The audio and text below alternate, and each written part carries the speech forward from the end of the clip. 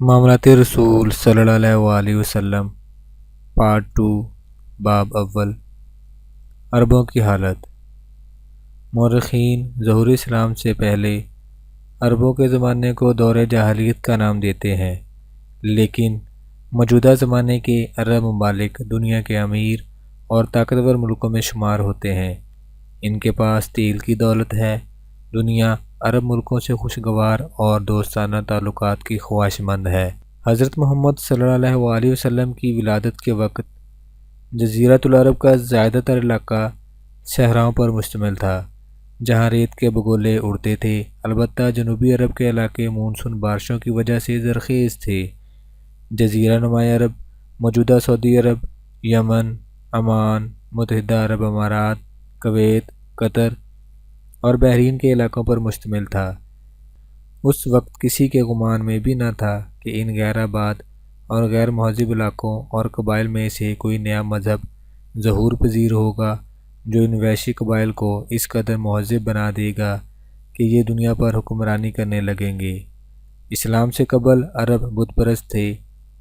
لات، منات اور عزا ان کے مقبول بت تھے، جبکہ سب سے بڑا بت ہبل کعبہ کی چھت پر نصب تھا۔ اس کے ساتھ ساتھ ان کے ذہنوں میں خدا کا تصور بھی موجود تھا۔ ان کا خیال تھا کہ بت ان کے لیے خدا کے قریب ہونے کا وسیلہ ہے۔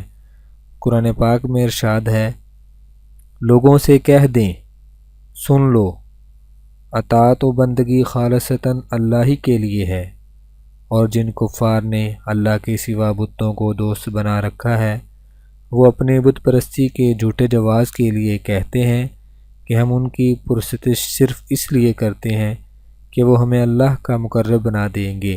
گویا اس طرح عرب قبائل کھلم کھلا شرک میں مبتلا تھے۔ وہ سورج، چاند، ستاروں، پتھروں اور آگ کی پرستش بھی کرتے تھے۔ دور جاہلیت کے عربوں میں نصرانیت، یہودیت، مجوسیت اور عیسائیت پر یقین رکھنے والے قبائل موجود تھے، تو دین حنیف یعنی دین ابراہیمی کے قائل بھی موجود تھے۔ البتہ انہیں یہ علم نہ تھا کہ دین ابراہیمی کیا تھا اور ان کے مطابق خدا کی عبادت کس طریقے سے کی جاتی تھی۔ الہامی کتب محفوظ نہیں تھیں اور ان میں اس قدر تحریف کی جا چکی تھی کہ اصل اور نقل میں امتیاز ناممکن تھا۔ ہر دین کی بنیاد صلاۃ اور زکوٰۃ کے نظام پر رکھی گئی تھی، لیکن اس کے متعلق معلومات بہت کم تھیں۔ ابن اسحاق نے لکھا ہے کہ ایک دفعہ کسی بت کے سالانہ میلے میں برقہ بن نوفل حضرت ختیجہ رضی اللہ تعالیٰ عنہ کے چچا بھائی، عبداللہ بن حجش حضرت حمزہ کے بھانجے، عثمان بن الحویرث اور زید بن عمرو حضرت عمر رضی اللہ تعالیٰ عنہ کے چچا شریک تھے۔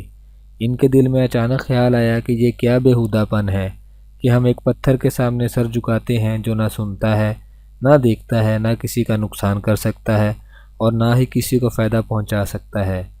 ان سب کا تعلق قریش کے خاندان سے تھا اور وہ دین ابراہیمی کے متلاشی تھے۔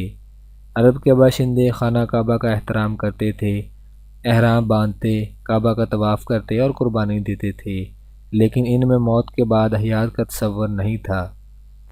عرب زیادہ تر تجارت پیشہ تھے۔ ان کے تجارتی قافلے دوسرے ملکوں میں بھی جاتے۔ جزیرۃ العرب ایک معروف تجارتی روٹ تھا۔ عرب کے بدو اور اونٹ اس تجارتی روٹ پر مال کی ٹرانسپورٹ کا واحد ذریعہ تھے۔ چونکہ دیگر ممالک کے لوگ صحراؤں میں سفر کے عادی نہ تھے، لہٰذا ان کا انحصار عربوں پر تھا۔ گرم مسالے، کالی مرچ، سونٹ، ہاتھی دانت، خوشبودار جڑی بوٹیاں اور ریشمی کپڑے اہم تجارتی اشیاء تھیں۔ سینکڑوں اونٹوں پر مشتمل تجارتی قافلے روانہ ہوتے تھے، جن کی حفاظت کے لیے مسلح افراد ہمراہ ہوتے۔ مکہ میں سالانہ تجارتی میلے بھی لگتے تھے۔ صنعت اور زراعت بہت کم تھی۔ بھیڑ بکریاں چرانا معمول کا کام تھا۔ عرب خانہ بدوش طرز زندگی کے عادی تھے۔ جہاں سبزہ اور پانی ہوتا ڈیرے ڈال لیتے۔ سیاسی اور سماجی حالت دگرگوں تھی۔ معاشرہ زوال پذیر تھا۔ اضطراب اور انتشار کی کیفیت نمایاں تھی۔ لوگ آقا و غلام اور حاکم و محکوم میں تقسیم تھے۔ ڈاکہ زنی اور قتل و غارت گری عام تھی۔ عدالت اور قانون کا کوئی تصور نہ تھا۔ اظہار بیان کی آزادی نہیں تھی۔ عرب انسانی حقوق سے بھی نا آشنا تھے۔ انسان اپنے مقام سے اس حد تک گر چکا تھا کہ اسے حقوق اللہ اور حقوق العباد کا کچھ شعور نہ تھا۔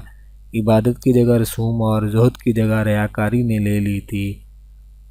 لڑکیوں کو زندہ درگو کر دیا جاتا تھا۔ قرآن پاک میں ارشاد ہے، جب ان میں سے کسی کو بیٹی پیدا ہونے کی خبر دی جاتی تو یہ سنتے ہی اس کا چہرہ سیاہ پڑ جاتا اور وہ خون کے گھونٹ پی کر رہ جاتا۔ لوگوں سے منہ چھپاتا پھرتا ہے کہ اس بری خبر کے بعد اب کیا کسی کو منہ دکھائے۔ پھر سوچتا ہے کہ ذلت کے ساتھ بیٹی کو پالے پوسے یا پھر اسے مٹی میں دبا دے۔ بے شک وہ بہت برا فیصلہ کرتے تھے۔ عرب کے وحشی عورتوں اور بچوں کو اغوا کر کے فروخت کر دیتے، جنگ کے بعد لاشیں مسخ کر دیتے، ان کے ناک اور کان کاٹ کر اپنے گلے کا ہار بناتے، قیدیوں کو زندہ جلا دیتے۔ وحشی اس قدر کہ زندہ جانور کا گوشت کاٹ کر بھون اور کھا لیتے۔ غلام اور لونڈیاں رکھنے کا رواج عام تھا۔ عرب دو سگی بہنوں سے شادی کر لیتے اور بیک وقت کئی بیویاں رکھتے تھے۔ مرحوم باپ کی بیویاں بیٹے کو وراثت میں مل جاتی، جن سے وہ سگی ماں کے سوا نکاح کر لیتا۔ عورت آزادی سے اپنی پسند کے مرد کو نکاح کا پیغام بھیج دیتی۔ سود خوری، شراب نوشی اور زناکاری عام تھی۔ مزدور اور کسان سود خوروں کے شکنجے میں پھنسے رہتے تھے۔ عربوں کو اپنی زبان پر بہت ناز تھا۔ شاعری کا شوق بھی عروج پر تھا۔ امراء القیس عرب کا معروف شاعر تھا۔ عرب شاعر اپنے معشوق کی تعریف کھل کر کرتے اور غیر اخلاقی حرکتیں تفصیل سے بیان کرتے۔ عرب لوگ جاہلیت کے باوجود سخاوت، مہمان نوازی، وفاء عہد، خودداری، عزت نفس اور بردباری کی خصوصیت بھی رکھتے تھے۔ جنگ کے دوران جرأت اور شجاعت کا مظاہرہ کرتے، جبکہ تکلیف میں تحمل اور برداشت سے کام لیتے۔ زیادتی کا بدلہ لینے کے ساتھ ساتھ اور قبیلے کے کمزور افراد کی حفاظت اور کفالت کرتے۔ مجموعی طور پر معاشرہ سرمایہ دارانہ اور جاگیردارانہ اصولوں پر قائم تھا، لہذا پیداوار کی تقسیم غیر منصفانہ تھی۔ اسی باعث استحصال، محکومی، بھوک، ننگ، سود خوری، افلاس، بدامنی، شراب نوشی، زناکاری اور غلامی جیسی کمزوریاں خاصی نمایاں تھیں۔ قرآن کے مطابق عربوں میں ایک رسم یہ بھی تھی کہ جب حج کے لیے احرام باندھ لیتے تو گھر کے دروازے سے باہر نکلنے کی بجائے پچھلی دیوار کود کر یا دیوار میں کھڑکی بنا کر نکلتے تھے۔ اسی طرح حج سے واپسی پر بھی گھر کے عقب سے داخل ہوتے تھے۔ ان کا خیال تھا کہ رب ان کی اس نیکی سے خوش ہوتا ہے، مگر رب نے اس رسم کو نیکی تسلیم کرنے سے انکار کیا اور فرمایا کہ اصل نیکی یہ ہے کہ تقوی اختیار کرو اور اپنے رب کی ناراضگی سے بچو۔